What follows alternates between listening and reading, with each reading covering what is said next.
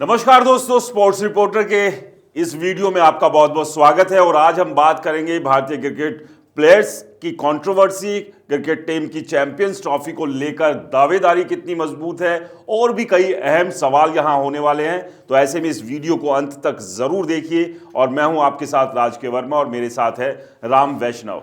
तो चलिए राम, पहले बात करते हैं कि मनोज तिवारी जो कि पूर्व क्रिकेटर हैं, उनका एक बयान आया है गौतम गंभीर को लेकर। गौतम गंभीर को लेकर जिस तरह से लगातार अलग अलग दो धड़ों में बटे हुए हैं। एक तरफ कहा जा रहा है कि गौतम गंभीर अपनी मनमानी कर रहे हैं, तो एक धड़ा ये भी कह रहा है कि गौतम गंभीर को उतनी छूट नहीं दी जा रही है जितनी छूट बतौर कप्तान मिलनी चाहिए। ये फिर चाहे न्यूजीलैंड जब भारत में आई थी या फिर अभी ऑस्ट्रेलिया दौरा करके भारतीय टीम यानी कि जो फ्लॉप शो वाला दौरा करके वापस आई है, उस सबको लेकर है। मनोज तिवारी का बयान आया, क्या कुछ कहा है मनोज तिवारी ने इस बयान में? जी बिल्कुल। मनोज तिवारी ने गौतम गंभीर को लेके कहा है कि जो गौतम गंभीर है वो बहुत ही ज़्यादा एक हिपोक्रेट पर्सन है, जिसको हिंदी में एक तरह से जो दोगला बोला जाता है। वो जो जैसा कहते हैं वो वैसा करते नहीं है। और उनकी कोचिंग के अंडर हम बीजीटी आ गए, उनकी कोचिंग के अंडर हम न्यूजीलैंड से हम वाइट वॉश में हार गए सीरीज को लेके। उनकी कोचिंग के अंडर हम जो वर्ल्ड टेस्ट चैंपियनशिप है उससे भी हाथ धो बैठे हैं। तो एक तरह से उन्होंने गौतम गंभीर पे ये आरोप लगाया कि हिपोक्रेट पर्सन है। और जो उन्होंने पूरे जो टीम मैनेजमेंट रखा हुआ है, पूरा जो सपोर्टिंग स्टाफ रखा हुआ है, चाहे आप बॉलिंग कोच को ले लो चाहे आप फील्डिंग कोच को ले लो, वो पूरा का पूरा उन्होंने केकेआर का ले रखा है। और उनका कहना है कि आप एक T20 क्लब का जो सपोर्टिंग स्टाफ है वो लेके टेस्ट मैच खिलाने नहीं खिला सकते हो। और कई जो प्लेयर्स को लेके भी कहा है कि एक बहुत बड़े बायर्स भी है। आकाशदीप ने जब उन्होंने टेस्ट में अच्छा परफॉर्म किया था, तो अब उनको ना लेके वो हर्षित राणा को ज्यादा प्रेफरेंस दे रहे हैं। और हर्षित राणा दिल्ली की तरफ से खेलते हैं, स्टेट टीम की तरफ से, और जो गौतम गंभीर है वो भी दिल्ली की तरफ से खेले हुए हैं। तो एक तरह से मतलब ये अपनी स्टेट को ही बायर्स में कन्वर्ट कर, यानी कि फेवरिज्म जो है वो चल रहा है। मतलब वो अपने फेवरेट जो प्लेयर्स हैं या जहां से जो आ रहे हैं उनको ज्यादा आगे कर रहे हैं। फिर चाहे केकेआर टीम का पूरा स्टाफ, कोचिंग स्टाफ हो या बाकी लोग हों या फिर दिल्ली के जो प्लेयर्स हो। बिल्कुल। लेकिन क्या सच में गौतम गंभीर का अभी तक का जो देखा है अपने बतौर कोच, इससे पहले भी बहुत सारी कंट्रोवर्सी, फिर चाहे वो पॉलिटिक्स में थे तब या उससे पहले, लेकिन क्या लगता है क्या बतौर कोच सच में वो फेल हुए हैं? उन्हीं के डिसीजन की वजह से भारतीय टीम लगातार ये दो बड़े टूर्नामेंट हारी और टेस्ट वर्ल्ड कप से बाहर हो गई है? देखिए, इसमें एक चीज ये होती है कि एक जो कोच होता है वो पूरी टीम डिसाइड करता है। लेकिन इधर क्या हो रहा है, वो फेल इसलिए हो रहा है जो गौतम गंभीर है उनकी रोहित शर्मा से उतनी बन नहीं रही है। आधी जो टीम है वो रोहित शर्मा के फेवर से आ रही है, आधी जो टीम है जो सिलेक्ट हो रही है वो गंभीर के तरफ से सिलेक्ट हो रही है। तो एक ये अंदर ही अंदर जो हौच-पौच हो रही है, जिस वजह से जो है वो फेल होते नजर आ रहे हैं। यानी कि सीधे सीधे भारतीय क्रिकेट टीम में जो है पॉलिटिक्स हावी है इस बहुत वक्त। ज्यादा। ये जो पॉलिटिक्स हावी है ये कहीं भारतीय क्रिकेट टीम को ले ना डूबे, क्योंकि इस वक्त अगर बात करें भारतीय टीम अपने एक बेहतर मुकाम पर है, लेकिन लगातार जिस तरह से दो टेस्ट सीरीज हारी है भारतीय टीम ने, ये बड़ा सदमा पूरी टीम के लिए भी है और तमाम भारतीय फैंस के लिए भी है। अब चैंपियंस ट्रॉफी की बात करते हैं, क्योंकि सभी की निगाहें चैंपियंस ट्रॉफी पर है कि चैंपियंस ट्रॉफी में भारतीय खिलाड़ी किस तरह का प्रदर्शन करने वाले, या फिर कहीं फिर से हमारे ये शेर फ्लॉप तो नहीं हो जाएंगे, इस बात की भी चिंता और डर कहीं ना कहीं है। देखिए, पास की अगर मैं बात करूं तो हमने ओडीआई में भी अच्छा परफॉर्म किया है। सिवाय हम श्रीलंका की जो सीरीज है जिसमें हम अच्छा प्रदर्शन नहीं कर पाए, उसको हटाया तो हमने एशिया कप भी जीता है, हमने T20 वर्ल्ड कप भी जीता है। ठीक है, तो ये चीजों को हम सोच के हम ये सोच सकते हैं कि जो दावेदारी है जो भारत की चैंपियंस ट्रॉफी जीतने की, वो बहुत ज्यादा मजबूत है, हमारी टीम बहुत ज्यादा मजबूत है। लेकिन आपको कई फैसले हार्ड हिट वाले लेने पड़ेंगे, कई फैसले ऐसे लेने पड़ेंगे सिलेक्शन में कि जो आपके जो प्लेयर्स हैं, जो बड़े बड़े प्लेयर्स हैं, हमें इमोशनल जो फैसले वो नहीं लेने बिल्कुल भी कि ये बड़ा प्लेयर है, इससे नहीं हटा सकते, इसको नहीं हटा सकते, उसको नहीं हटा सकते। अगर आप ये चीजें करते रहेंगे ना तो आपके लिए शायद से कुछ चीजें मुश्किल हो सकती हैं और चैंपियंस ट्रॉफी आपके हाथ से जा सकती है। और एक जो चीज मैंने पहले भी अभी आपको बताई कि कुछ जो प्लेयर्स है सिलेक्ट होते हैं वो कोच की तरफ से होते हैं, कुछ जो प्लेयर सिलेक्ट होते हैं वो कप्तान की तरफ से होते हैं। या तो आप कप्तान की तरफ से सारे प्लेयर सिलेक्ट कर लीजिए, या तो आप कोच की तरफ से जो पूरी टीम है वो सिलेक्ट कीजिए, तभी जाके आपका जो चांसेस हैं जो चैंपियंस ट्रॉफी को जीतने की जो दावेदारी वो आपकी पक्की हो सकती है। टीम का मतलब होता है कि जो डिसीजन लिए जाए वो सभी के मिले जुले डिसीजन लिए जाए, सभी ये तय करे कि हाँ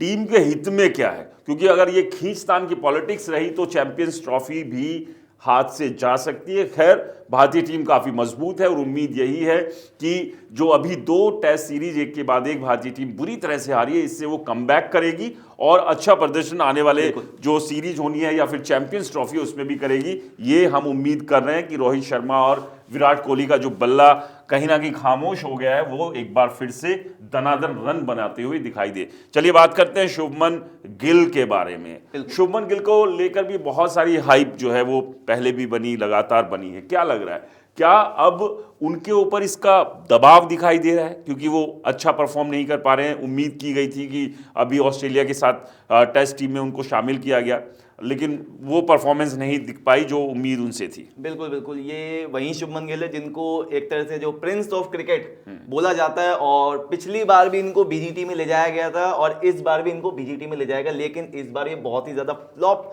रहे।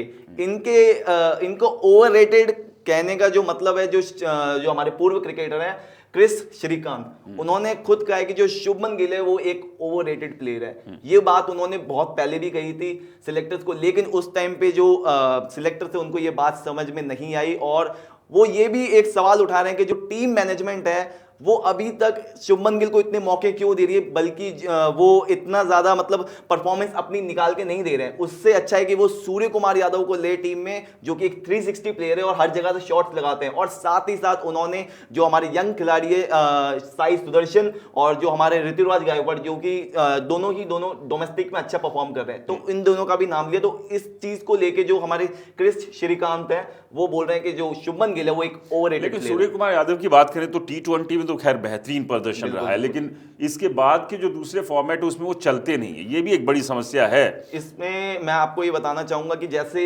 मैं एग्जांपल आपको धोनी का देना चाहूंगा।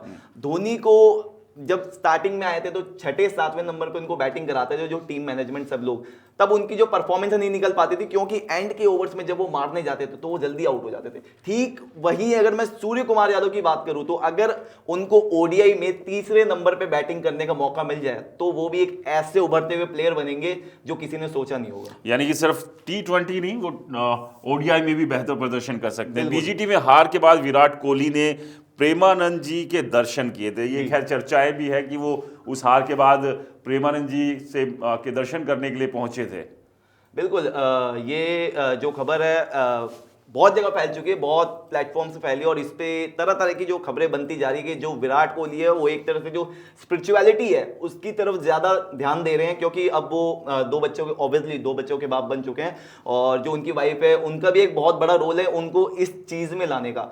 बीजीटी से हार के बाद मतलब कई प्लेयर्स ऐसे भी हैं कि जो डिप्रेशन में चले जाते हैं या फिर कुछ सोच नहीं पाते, लेकिन एक मुझे पर्सनल ये चीज अच्छी लगी कि जो विराट कोहली है बीजीटी से हार के बाद भी वो एक स्पिरिचुअलिटी वाली प्लेस पे गए। वहां पे जो उनके गुरु हैं प्रेमानंद जी, एक तरह से वो हम सबके गुरु हैं क्योंकि अच्छी अच्छी बातें भी करते हैं, तो उन्होंने ये चीज कही कि आपकी जो असफलता है, कितनी भी असफलता आए, आपको उसमें कंसिस्टेंसी दिखानी पड़ेगी, अपने वर्क में आपको स्टॉप नहीं करना बिल्कुल भी। यानी कि असफलताओं से डरना नहीं है, ये खैर एक साइकिल है। अभी आप असफल हो रहे हैं तो आने वाले समय में आप सफल भी होंगे, क्योंकि विराट कोहली ने ये करके भी दिखाया है। खैर अब आखिरी सवाल की बात करें, 2027 का जो वर्ल्ड कप होगा उसमें रोहित और विराट को कहां देखते हैं, क्योंकि सभी के जहन में ये भी सवाल है, क्योंकि अभी समय है करीब करीब अब 2025 में है, 2 से 2.5 साल का वक्त है, तो क्या 2027 के वर्ल्ड कप में विराट कोहली और रोहित शर्मा की जो फॉर्म है और फिटनेस है वो इतनी रहेगी कि दोनों को हम वर्ल्ड कप में एक बार फिर से खेलते हुए देखें? देखिए ये पॉसिबल है, और आजकल की जो फिटनेस स्टैंडर्ड है जिसमें हम देखते हैं क्रिकेट में, और विराट का अगर मैं बताऊं तो 39 तक मतलब उनकी जो फिटनेस है उसमें कोई इतना चेंज नहीं आने वाला, लेकिन जो रोहित है, रोहित के लिए एक जो फिटनेस है वो एक इश्यू बना हुआ है। लेकिन क्या है ना कि एक वो जो जीत होती है ना, जैसे अब T20 वर्ल्ड कप जीत गए, तो वो जो जीत की एक जो टॉनिक होती है उसके पीछे ये जो कंट्रोवर्सीज होती है या फिर आपकी फिटनेस को लेके बातें होती है वो सारी छुप जाती है बातें, और इतिहास क्या कहता है कि कई जो प्लेयर्स है जिन्होंने 37-38 की उम्र में भी बहुत जबरदस्त क्रिकेट खेली है। तो मेरा ये मानना है कि हाँ, ये होपफुली इन दोनों खिलाड़ियों का एक लास्ट वर्ल्ड कप होगा, इसके बाद मुझे नहीं लगता, मुश्किल है। चलिए, उम्मीद यही की जाएगी कि रोहित और विराट दोनों ही 2027 में होने वाले वर्ल्ड कप में खेले। खैर, फिटनेस पर आज के प्लेयर्स जो है खास ध्यान देते हैं, और विराट कोहली तो एक तरह से आइकन है सभी प्लेयर्स के लिए, जिस तरह से वो अपनी फिटनेस को लेकर जो है वो सीरियस रहते हैं, गंभीर रहते हैं। तो फिलहाल आज के वीडियो में इतना ही। कल एक बार फिर से आपसे मुलाकात होंगी कुछ नए सवाल, कुछ नई कंट्रोवर्सी और कुछ नए विश्लेषण के साथ। फिलहाल स्पोर्ट्स रिपोर्टर में इतना ही। अगर आपको हमारे वीडियो पसंद आ रहे हैं तो स्पोर्ट्स रिपोर्टर को सब्सक्राइब करना बिल्कुल ना भूलें, और आप अपने कमेंट्स भी ज़रूर करें। नमस्कार।